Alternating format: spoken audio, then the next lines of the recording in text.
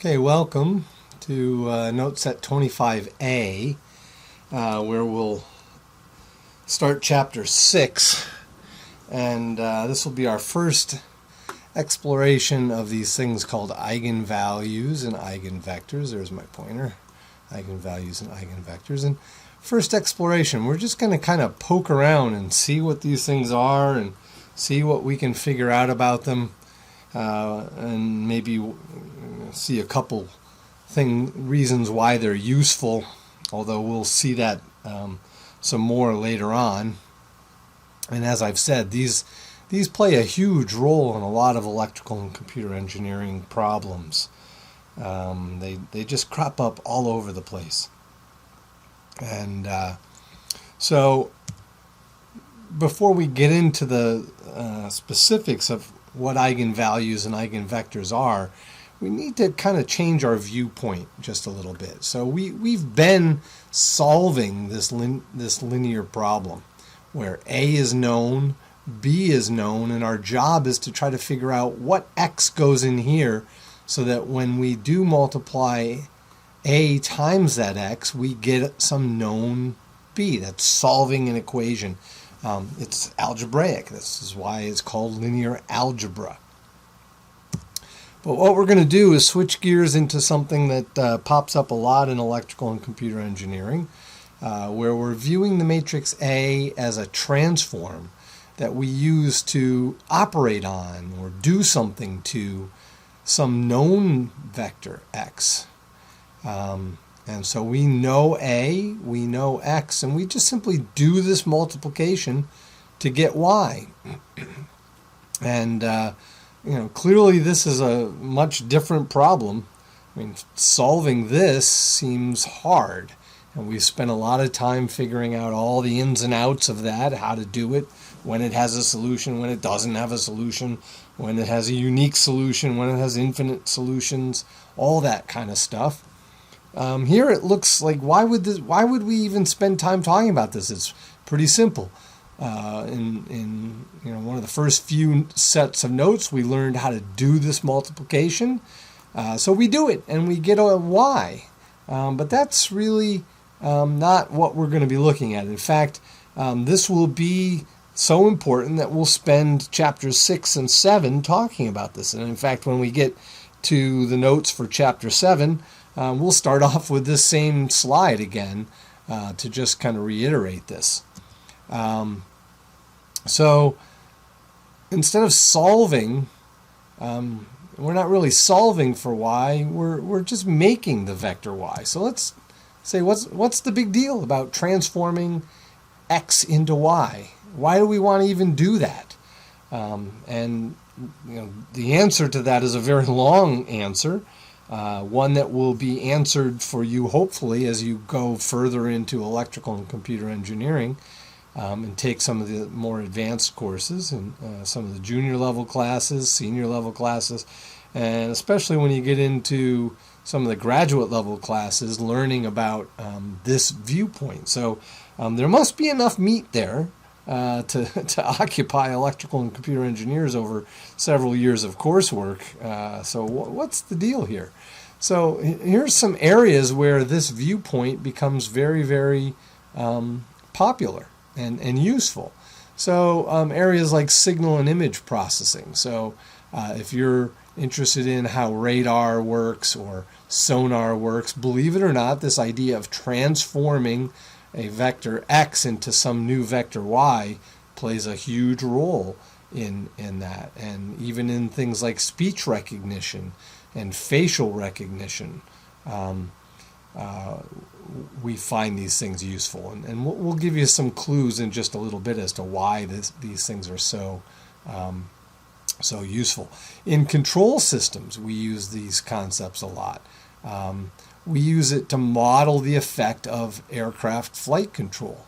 We'll see later on in some notes and in a lab that we'll do, we'll see that using the matrix A to model the effect of a system on some input, where X is the input, A is the system action, and Y is what comes out.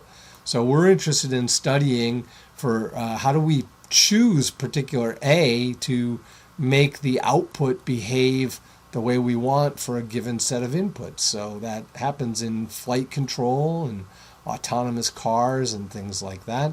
And in fields like communication systems, the way we model and design our cell phones, the processing that goes inside that converts that received electromagnetic waveform into a series of ones and zeros that then get turned into images, text, and voice. And talking about wireless networking and all sorts of computer networking, we use this idea of transforming one vector of numbers into another vector of numbers. Why are we doing all this? And we already alluded to this back a few note sets when we talked about orthogonal orthogonal matrices, and we talked about how those are used to transform vectors that arise from blocks of pixels of an image. We reorganize that image into a vector. We apply this matrix A, and in that case we talked about the matrix A being an orthogonal matrix. And our job was to transform X, which kind of has values that are uniformly filled in, into a new vector Y, where the information is concentrated into just a small number of elements, and the rest are either 0, which would be the ideal perfect case, or at least very, very small that we could effectively throw away. So in this sense, what we're doing is we're using matrix A to be one of two things. Either it's the action of some system that we're trying to design, and we're hoping to design that matrix A so that it maps a certain set of X's into a certain desired set of Y's. So that might be the case for like a control system setting.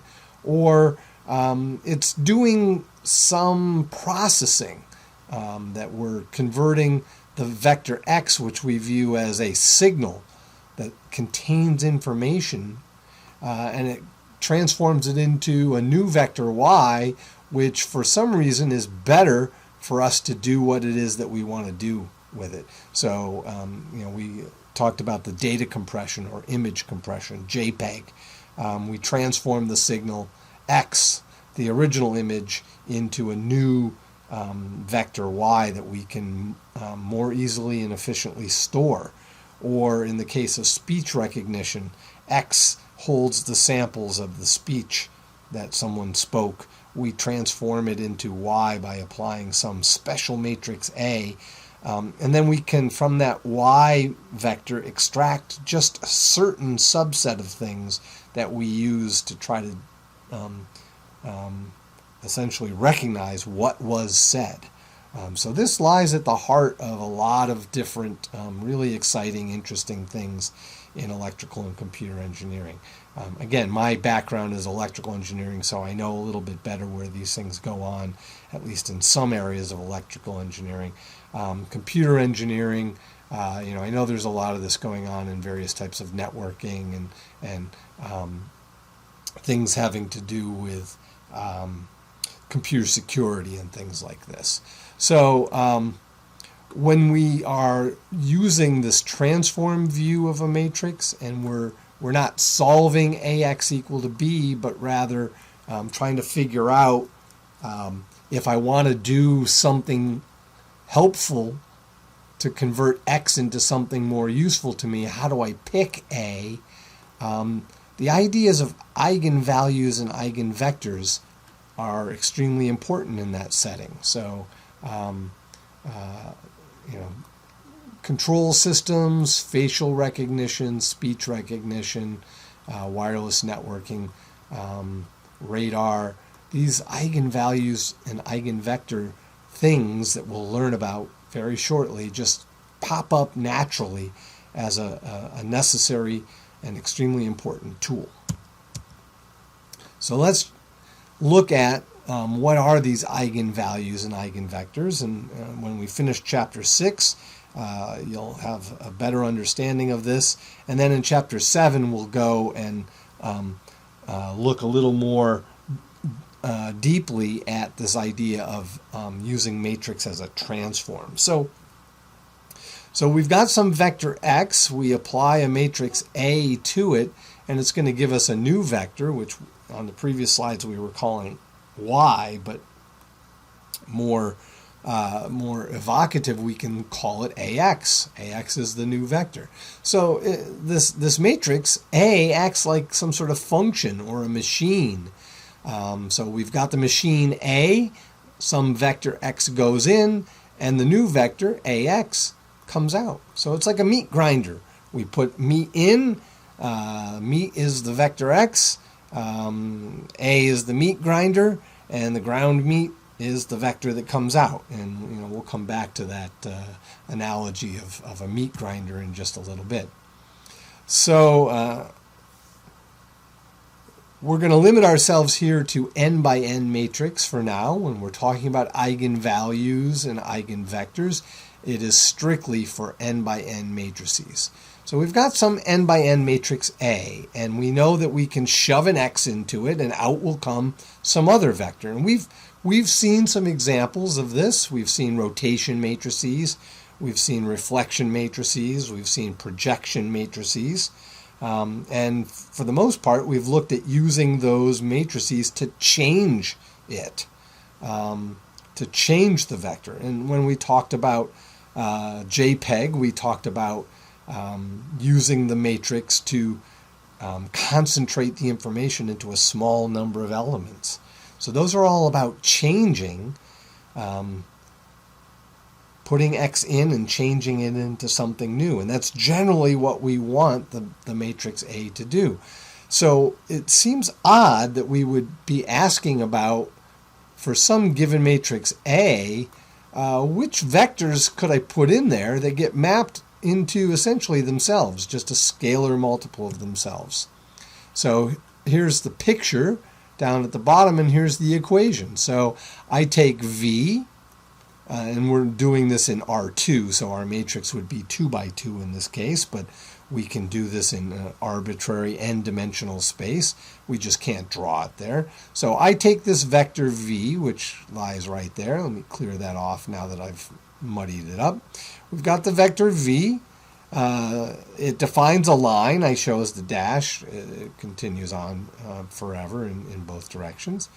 And what we're looking for is a special vector V such that when we shove it into A, what comes out? Something that lies on that line. And in particular, something that lies on that line that has, because the output is just V times some scalar. So this is what we mean by something that lies on the line defined by the vector V. Now notice here that lambda, the scalar here, can be bigger than 1, smaller than 1, could be negative. So I put in V, I could get something out much bigger but still on that line. I put in V, I could get something out that is smaller. I put in V, and if this holds for some lambda that is negative, it could point in the opposite direction but still on that line. So that's what we're looking for, and why that's important isn't really all that obvious at first. Come on, there we go. But amazingly, this shows up all the time. It just pops into view. You set up an engineering problem and you're going about your business, and the next thing you know, bam, there's an eigenvalue problem for you to solve. You're trying to find a vector, V, that has this property for the given matrix A. So notice that it's for a given matrix A. So these are special vectors associated with the matrix A. And in fact, Eigen, I believe, is German, and it means like special or proper or its own. I think it means own in Dutch. but in German it means something more like proper.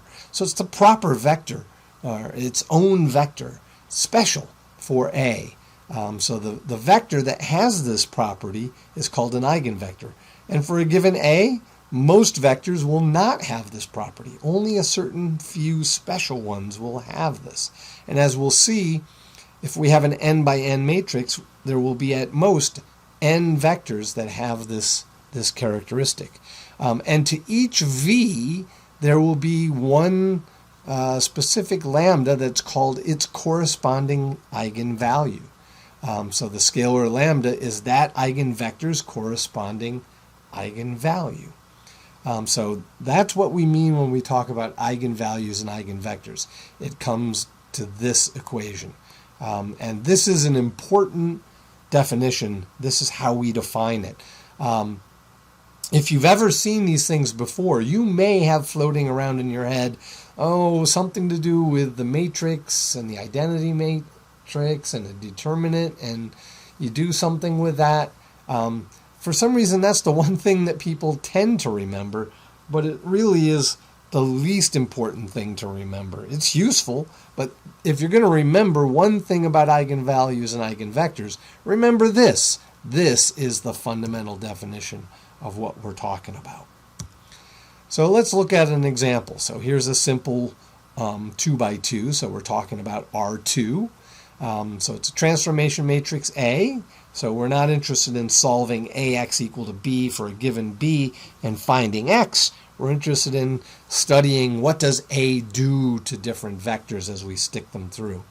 And in particular, we're interested in what is the eigenvector and eigenvalue of this. So if I multiply A to some vector, what will happen to that vector? Now, we're going to partially answer that by finding eigenvectors, and we just we'll see how to find them, but we're just proposing them here. There's a vector v that's 1 minus 1 and a vector w that's 1, 1. And I claim that those things are eigenvectors of A with eigenvalues of 1 and 3 respectively. So there's our v. So v was 1 minus 1, so here it is in equation form. There's the matrix A. And we claim that v is an eigenvector with eigenvalue of 1. So this should come out being 1 times v. And in fact, if you check, you do 1 times 1 and negative 1 times 2. Oops. How does this... for some reason that doesn't work. I'll have to check this. Well, I'll fix this. So somehow I thought this worked. But it doesn't quite work. This has to be minus 1 and plus 1, I believe, will work, right?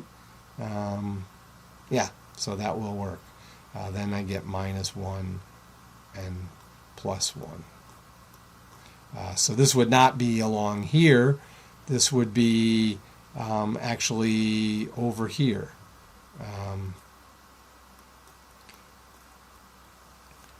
So actually, yeah, so we can pick any, yeah, so that will work. And then let's see if I got this right for the next one. Yeah, that one actually works. That one is correct. So I'm going to go back and revisit this in the notes and tidy it up. But you can see that this vector going in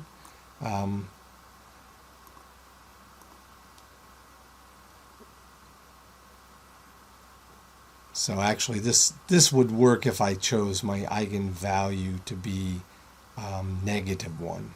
So if this became negative 1 and this actually headed out that direction, that would be correct then.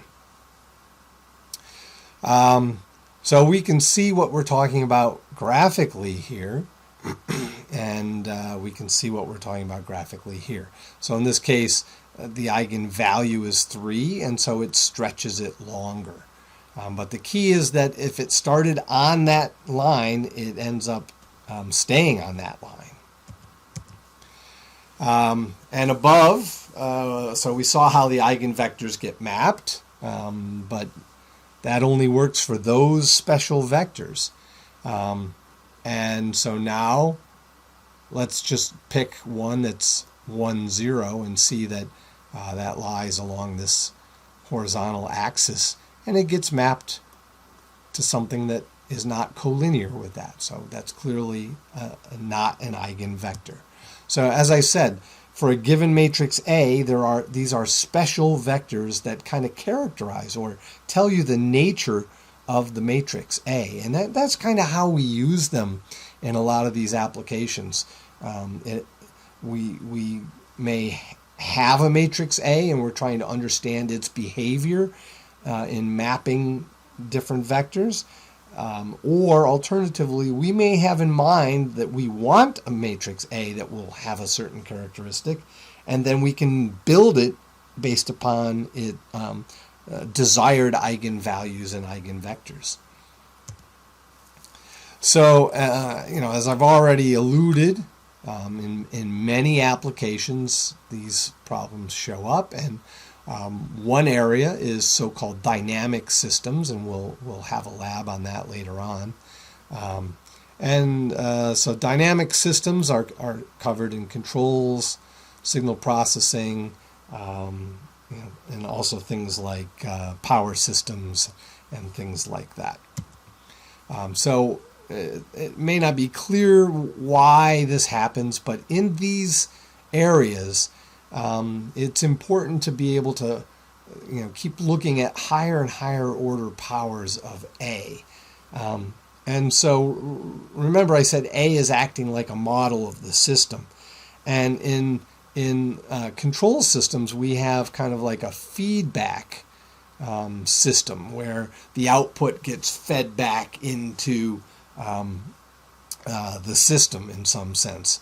And so we can think of, we put something in, it comes out, and then we put it back into the system, and it goes through A again, so it gets subjected to A squared, and then goes through again and gets subjected to A cubed, and so on and so on. So that's quite a simplification, but that's why we're interested in this area with the powers of a matrix. And this will go on and on and on as the system keeps operating. So soon we're interested in, what does A to the 100th look like, or something like that. And so let's take a look at this little example and see how this idea of eigenvectors and eigenvalues can come to our rescue. So if I gave you even this simple 2x2, and in the real world we'd have much higher dimension matrices that we'd be dealing with, but even for just this simple one, could you just quickly figure out what A to the 100th is? Well, you could start squaring it and multiply by A again to get cubed, and do that over and over. You may have a calculator that allows you to do that fairly quickly, or you may have a MATLAB will allow you to do it fairly quickly. But again, as I've been saying over and over, the purpose of doing all this study of linear algebra is not to just compute things.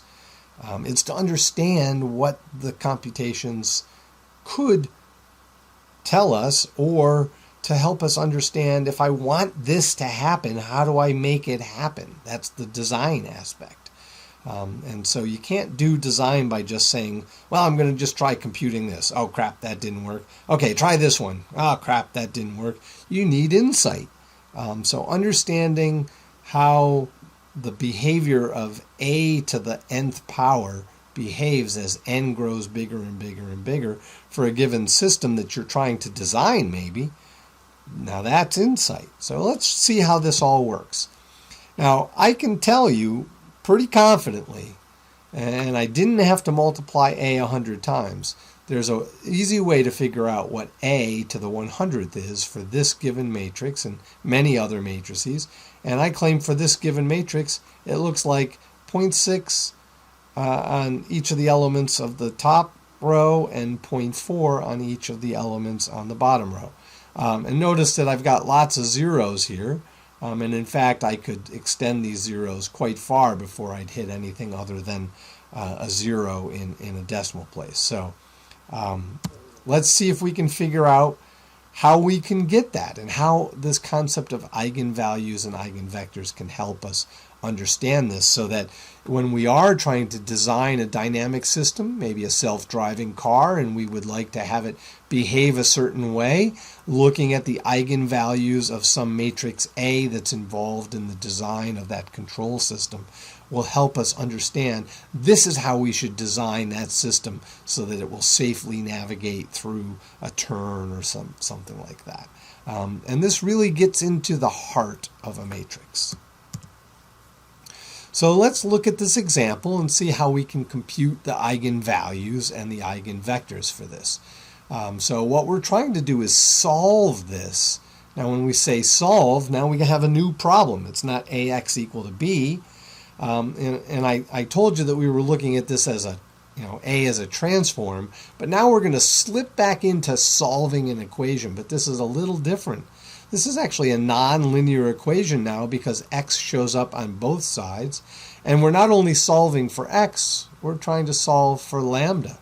So we'd like to know for what values of lambda do we even have a solution, and once we figured out what values of lambda we have this solution for, what are the corresponding x vectors that solve this? So let's proceed, and what we'll do is we'll use the characteristic that we will take a minus lambda I, and we'll take the determinant of that, and we'll set that thing equal to 0. So remember, a is all known, so there's just a bunch of numbers in there. I is definitely all known. Take the determinant of that, and it boils down to a single thing that depends on lambda. So it's going to be some function of lambda. And if you remember, if you think about this, think back to how we calculated the determinant. Remember, this is going to put this matrix, A minus lambda I, will have lambdas involved in only the diagonal elements. So basically, the diagonal elements of this resulting matrix will be the diagonal elements of A with lambda subtracted from each one of them. Now we're going to take the determinant of that. If you think back to the big formula, remember one of the terms in the big formula was the product of all the diagonal elements. So now we're going to get n elements that will be like a number minus lambda, a number minus lambda, a number minus lambda. And those are all going to get multiplied together. And so we will instantly get an nth order polynomial. Now there will be other terms that will also only contribute lower order terms to the polynomial, but we'll still only end up with an nth order polynomial. So basically what we get here, and this is key, we'll hit on it again, this ends up being an nth order polynomial in lambda that we set equal to 0. So we're suddenly looking for the roots of an nth order polynomial. So for this example, here's the matrix we started off with, and we wanted to find out what a to the 100th was, because we want to know how does our system behave after the 100th time of applying it over and over and over to some control input. And presumably this will help us understand how a self-driving car might behave, or a power system might behave, or a thermal system, a thermal control system, or an aircraft control system, any of those things. So here's our determinant of a minus lambda. Here's the diagonal elements. We take 0.8 and we're subtracting lambda. We take 0.7 and we're subtracting lambda. So our diagonal elements become that. And for this simple case, we just get this product minus this product. And if you work all that out, once the dust settles, you get a second order polynomial, and you set it equal to 0. So here we're finding the roots of this second order polynomial. The roots of this second order polynomial are the only values for which this will be solvable for some x. Other values of lambda will not have an eigenvector. So this is cool. This tells us simple way to find the eigenvalues for this problem. So we just factor that, or we use the quadratic formula or whatever. Now MATLAB has a nice command that allows you to solve for roots of polynomials, and guess what it's called? Roots, R-O-O-T-S. And you want to know how it works? Just type help roots at your command line and it'll tell you how it works. And it would tell you that the roots are 1 and 1/2, because these are the factors, lambda minus 1. So if I put in lambda equal to 1, this term will go to 0 and satisfy this. And if I put in lambda equal to plus 1/2 here, this term goes to 0. So my roots are 1 and 1/2. And those are my eigenvalues. So that says that if I take this value of lambda and plug it in here, so in this case just essentially get rid of lambda, I'm now looking for a vector that ax is equal to x. Now remember, A is not the identity matrix, but there's this one special vector for which you put it into A and the exact x will come back out. And our other root is 1/2, so now we would be looking for an x such that if we put in, instead of lambda, we put in 1/2 here. Now we're looking for some vector x that when I put it into A, it comes out half as big as what went in. So I told you I was going to bring up the meat grinder idea again.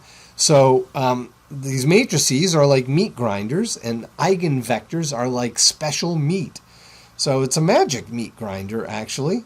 When we talk about math, we often have to come up with analogies that relate to the real world, but can sometimes become quite bizarre. So A is our meat grinder. It's a magic meat grinder. And we've said when we put a vector into the matrix A, it might come out looking like some other vector. So magically, this meat grinder, suppose I put in beef and it might come out pork. I put in turkey and it might come out, ham. Very funny meat grinder. But there are special meats. I put in chicken and it comes out chicken. Chicken then is an eigenmeat of that meat grinder.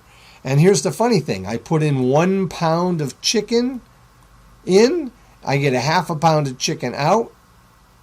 1/2 is the eigenvalue for chicken as the eigenmeat. Okay, so I guarantee you will not forget that vision. So we've got our 2 eigenvalues, and we now know that since the determinant of this matrix is equal to 0, we know that this matrix is singular for those special values of lambda. Any other lambda that I plug in here, this matrix will become non-singular. So we know that when we plug in the actual eigenvalues here, the matrix becomes singular. So what that tells us is that the eigenvectors x1 and x2, if we look at this and we swing this over onto the other side, we're going to have A minus lambda I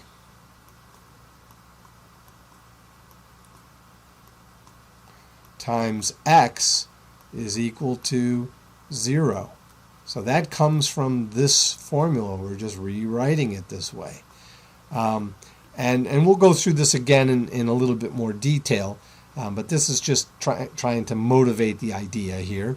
So clearly, x, which can't be an all-zero vector, because all-zero vector will always satisfy this for any eigenvalue for that matter. So that's not interesting. We're interested in non-zero eigenvectors. And so in order for this to have a solution, we know that this must be singular.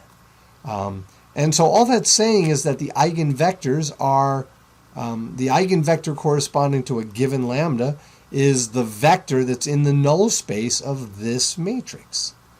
So we need to find the vectors for this problem, we need to plug in our lambda equal to 1 and look at that matrix and characterize its null space. We need to plug in the other eigenvalue 1/2 and look at this matrix and find its null space. So let's do that. Let's plug in lambda 1 is equal to 1, so we plug that in here. So technically we could just get rid of that. And we want to find the null space of that. We know that that matrix is now singular. So let's do that. We're going to plug in 1 here, so we get the 1 element of A minus 1, the 2 element of A minus 1, and the other 2 elements of A are left untouched. So there's our matrix, and that matrix you can check, put it into MATLAB if you want, do the arithmetic on it, and ask MATLAB what its rank is, and it will tell you it's rank 1 because it's singular. If it had rank 2, it would be non-singular. So there is some matrix X, or I'm sorry, vector X, that when we multiply it by this will give us 0, and we can puzzle out what that thing looks like. And it turns out to be, we could write it as 1.5 and 1, or equivalently we can write it as 0.6 and 0.4. And there's only one vector for which that will be the case. This is a 2 by 2 with a rank 1. Therefore, the null space will have a dimension of 1. And so there is the one vector that is the basis of this null space, and that's an eigenvector. Second eigenvector, we plug in our other eigenvalue. So we plug in 1/2 in here. So this becomes 1/2. So we go up to our A matrix and we subtract 1/2 from each of its diagonal elements, do the arithmetic, and we get something that looks like that. Again, this is a singular matrix. We know it has to be. We've set it up to be that way. The lambda, the eigenvalues are the lambdas that make these matrices singular. And now we can look at this and puzzle out very easily that 1 minus 1 is a solution of that. And again, we can puzzle out, it's a 2 by 2 with a rank of 1, so the null space will have a dimension of 1, so we only need one vector to span that null space. And so this is the basis of the null space for the other eigenvalue. So for this simple problem, we've now very easily found the eigenvalues. There's 2 of them. We've found the eigenvectors. There's 2 of them. And now we can proceed to see how this all works. So we say, just to check, here's our eigenvector, 0.6, 0.4. If we take that times, pre-multiply A times that, there's our A matrix, there's our eigenvector that we put in. And if you do the arithmetic here, you'll see that it is indeed 1 times itself. So that verifies it is. So x1 is not changed at all after being left multiplied by A. And that's because the eigenvalue for this case is 1. Let's look at the other one. So we put in 1 minus 1 into A. We do the arithmetic, and we end up with 0.5 over negative 0.5. And clearly that is, yes, 1/2 times x2. 1/2 was the eigenvalue that we had. So AX2 is half of x2 in the same direction. So we can see that this system, at least in one direction, is leaving things alone, and in another direction is kind of making that response smaller in that direction. So think about from a control system or a self-driving car. If we decided that we wanted to try to move it in one direction and slowly bring it to 0 in another direction, applying this matrix over and over again would provide a constant movement along x1 and would provide a diminishing movement along the direction of x2. And so that's kind of how we think about this. And if we were to do this over and over and over again, if x1 is multiplied again by a, we just keep getting x1. But along the x2 direction, things keep getting smaller and smaller and smaller. So we're kind of nulling out the motion in that direction in some sense. So when a is squared, not square, but when it's squared. So we've multiplied it twice. The eigenvectors stay the same, and it's pretty easy to verify that. But the eigenvalues become squares. And again, it's pretty easy to verify that as well. As we look at higher and higher powers of a, if we know what the eigenvectors are, they're going to stay the same. If we know what the eigenvalues were originally, we know what those are going to do as well. The eigenvalues will keep getting squared or raised to the power over and over and over. So after 100, the eigenvalues will be raised to 100. The eigenvectors will be exactly the same. And it will be that characteristic that will allow us to easily calculate what a to the 100 is. So we can figure out after 100 iterations of our little control system here, we will have essentially completely eliminated motion along x2 direction, and we'll have maintained motion along the x1 direction. And the pattern just keeps on going. So let's see how this eigen structure, I use that in general when I don't want to say eigenvalues and eigenvectors, it's just easier to talk about eigen structure. How this eigen structure allows us to deal with computing a to the 100, or for that matter, a to whatever large integer power. And we can do it very easily. So if we just keep multiplying again and again and again by a, and we started with x1, we just keep getting x1. And if we keep doing x2, it keeps getting half as big each time. So it's a half, then it's a quarter, then it's an eighth, and so on and so on and so on. So we just saw all of that. We're going to use that to help us deal with this. And the pattern just keeps going. Mainly, the key reason is that the eigenvectors stay in their own directions. So here's a little picture. So we start with x1, and we multiply it by ax1, and it stays the same. We start with x2, which is all the way out here. We multiply it by a, and it's now half of its length. Now we're going to do that again. This one stays the same, and this one gets half as long. And we could do that again and again and again, and eventually only this one will remain, and this thing will asymptotically go to 0. So the eigenvectors of a to the 100th are the same, just x1 and x2.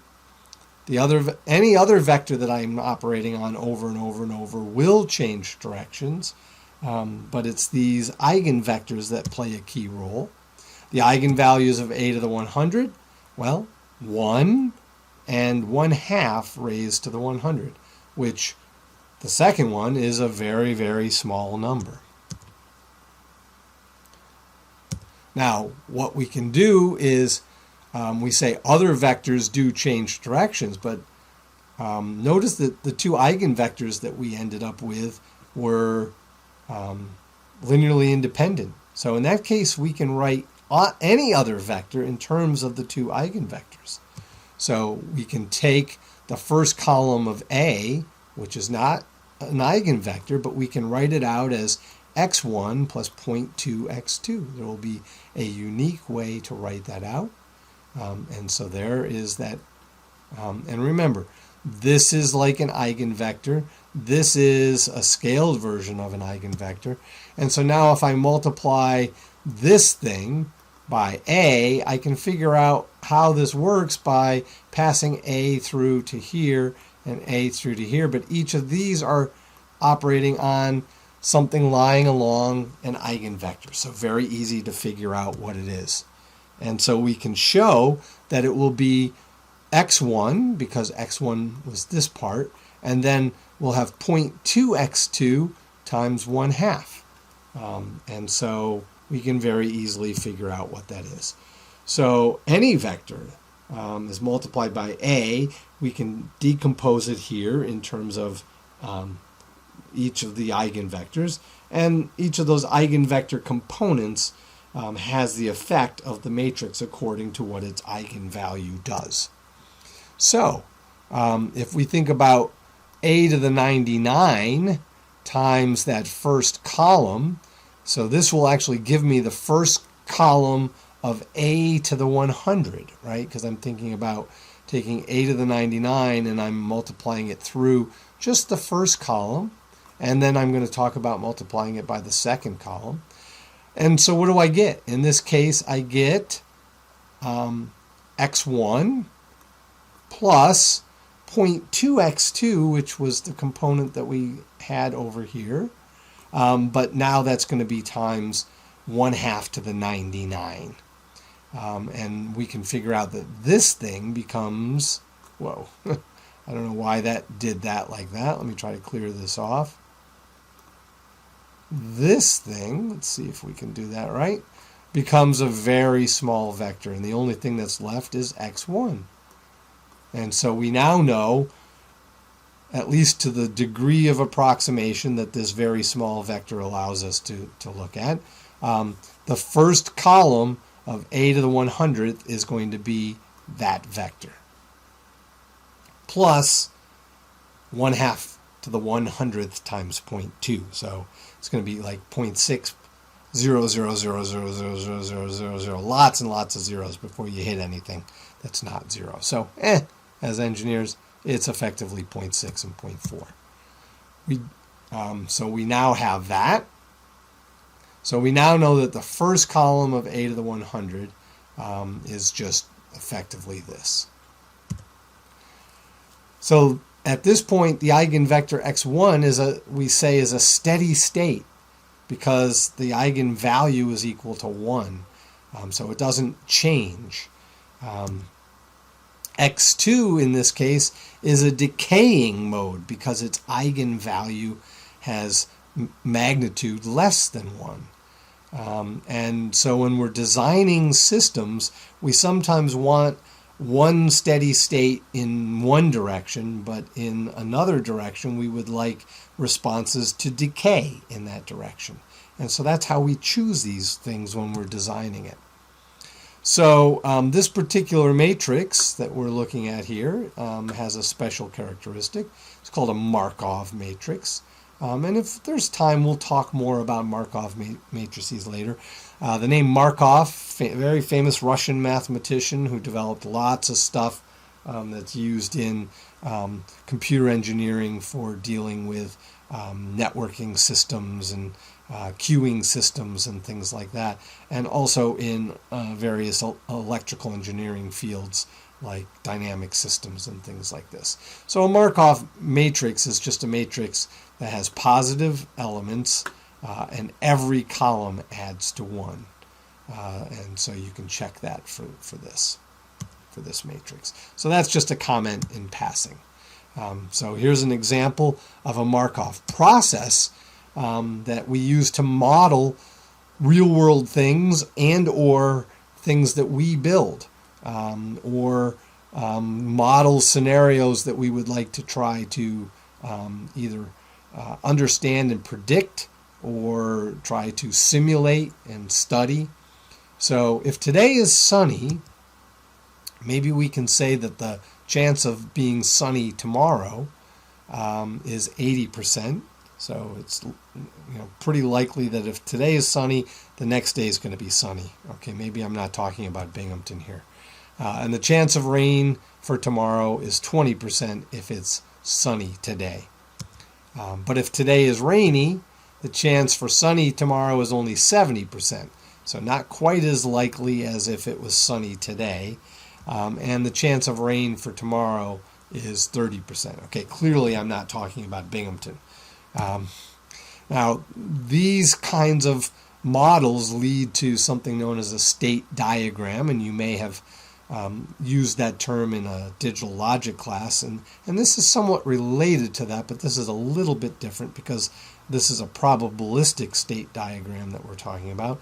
And we use these things to model things like information, how information progresses from one point in time to another, to model uncertain systems, probabilistic systems, and things like that. So all sorts of applications in computer engineering, for design of queuing systems, for design of control systems, and things like that.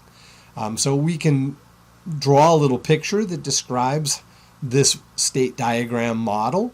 And this is a very simple one. We can have much more complicated things that we could use to this kind of thing to describe. But there's a state transition matrix. And notice that it's the probabilities here that go into there. 0.8 and 0.2 go in the first column. 0.7 and 0.3 go in the second column.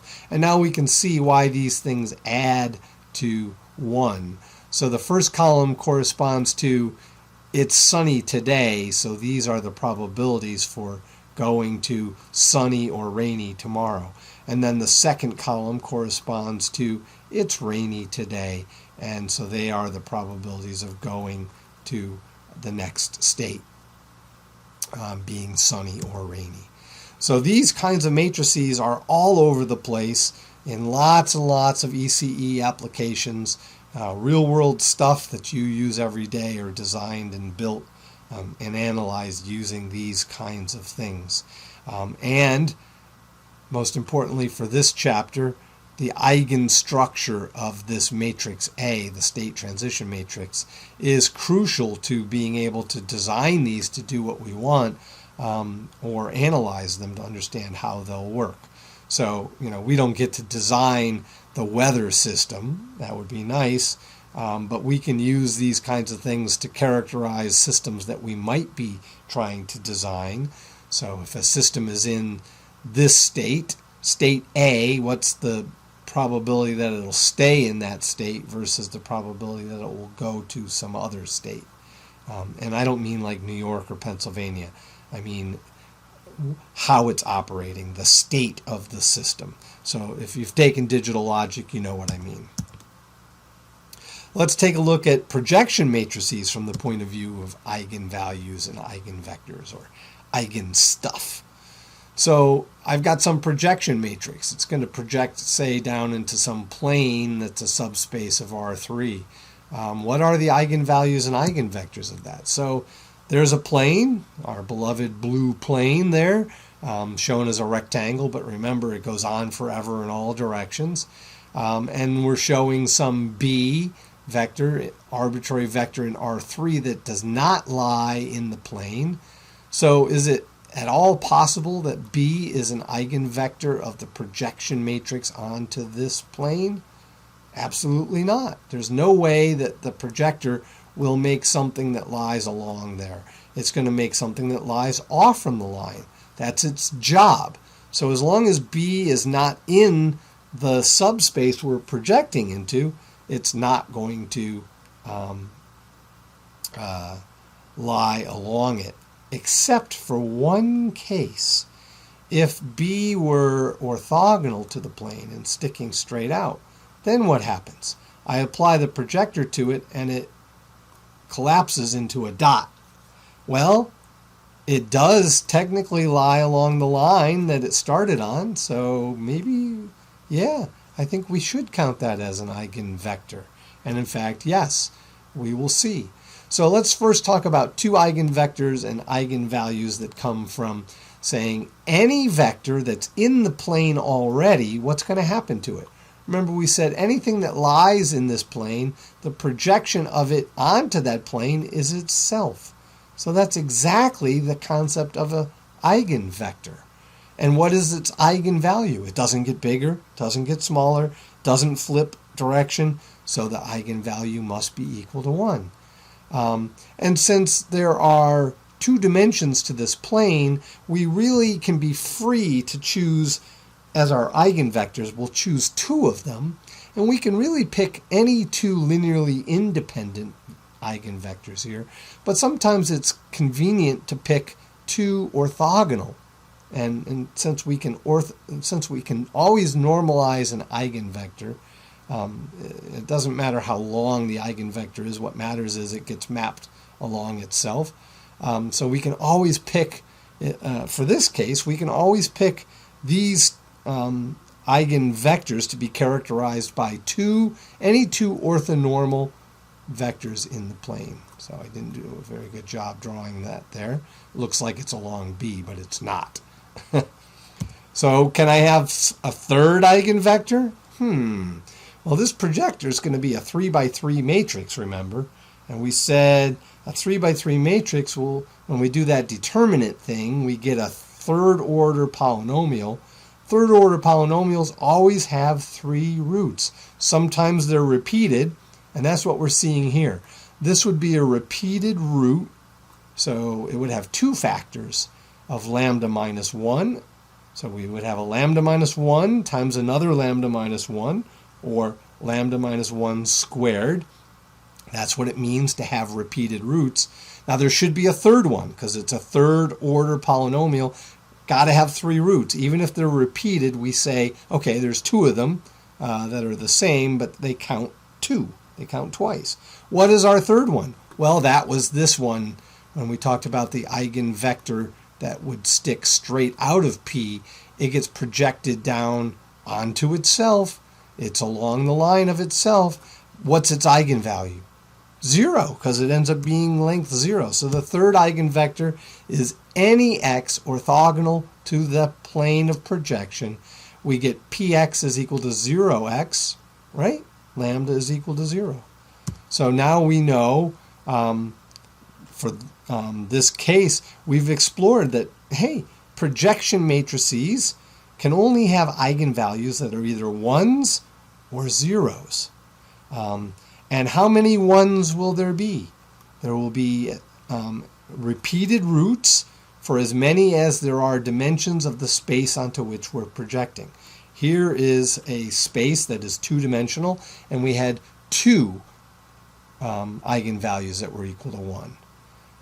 But if we were in R5 projecting onto a 3-dimensional space, we would have 3 eigenvalues that were equal to 1. We'd have 3 repeated roots, and we would be able to find 3 orthonormal basis eigenvectors that span that subspace. In fact, are an orthonormal basis for that subspace. And then how many zeros would we have? Well, if in that case we had a 5-dimensional space projecting down onto a 3-dimensional subspace, we would have to have 2 zeros, and we would be able to choose 2 different orthogonal, 2 different eigenvectors that are both orthogonal to the projection space, but are also orthogonal to each other in this case. So we're really starting to hone in here and see that, yeah, this eigenvalue stuff, this eigen structure, this eigen stuff can suddenly tell us an awful lot about the behavior and nature of different types of matrices. So we've seen a Markov matrix that we use to model probabilistic systems, and it tells us something about how that system will behave. And we'll see more of that later in a pretty cool way. And we're seeing that this has relevance to projection matrices. And trust me, I mean, really, really trust me, this eigenvalue stuff, it shows up all over the place, and it's super, super powerful. Reflection matrix, let's see what that's all about.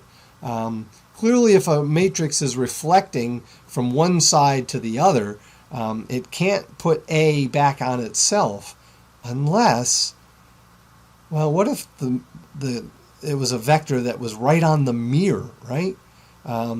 So if you have a pencil sticking out of the mirror, you're going to see a reflection of it. But if you have the pencil lying right along the mirror, the pencil and its reflection will be right on top of each other. All right, a little, you have to, think. It's an analogy, so it needs to be stretched a bit. But yeah, so the eigenvector and with eigenvalue 1, what would it be? Well, in this case, it will be 1, 1, because that's the matrix that, or that's the vector that was used to create this particular reflection matrix. Now it's a 2 by 2, so there better be another one. And so lambda 2 equals minus 1, and the new vector is pointing in the reverse direction. So that's a weird mirror. You put your pencil on it, and the reflection lies along the line of the pencil, but pointing in the opposite direction.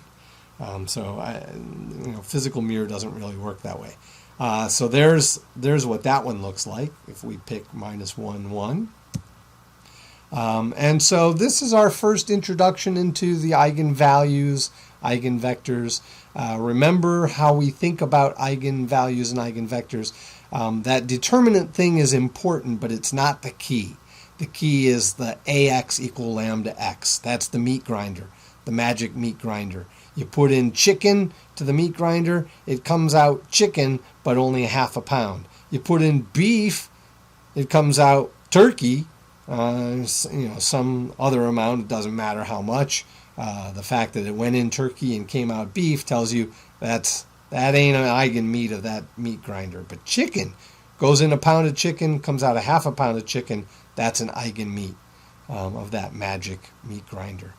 And we've seen that they are useful in studying dynamic systems, studying probabilistic models for how things change over time probabilistically, and projection matrices, reflection matrices, all these things. Super, super powerful tool. And so we'll see you in the next one, where we'll learn a little bit more about how all this stuff works.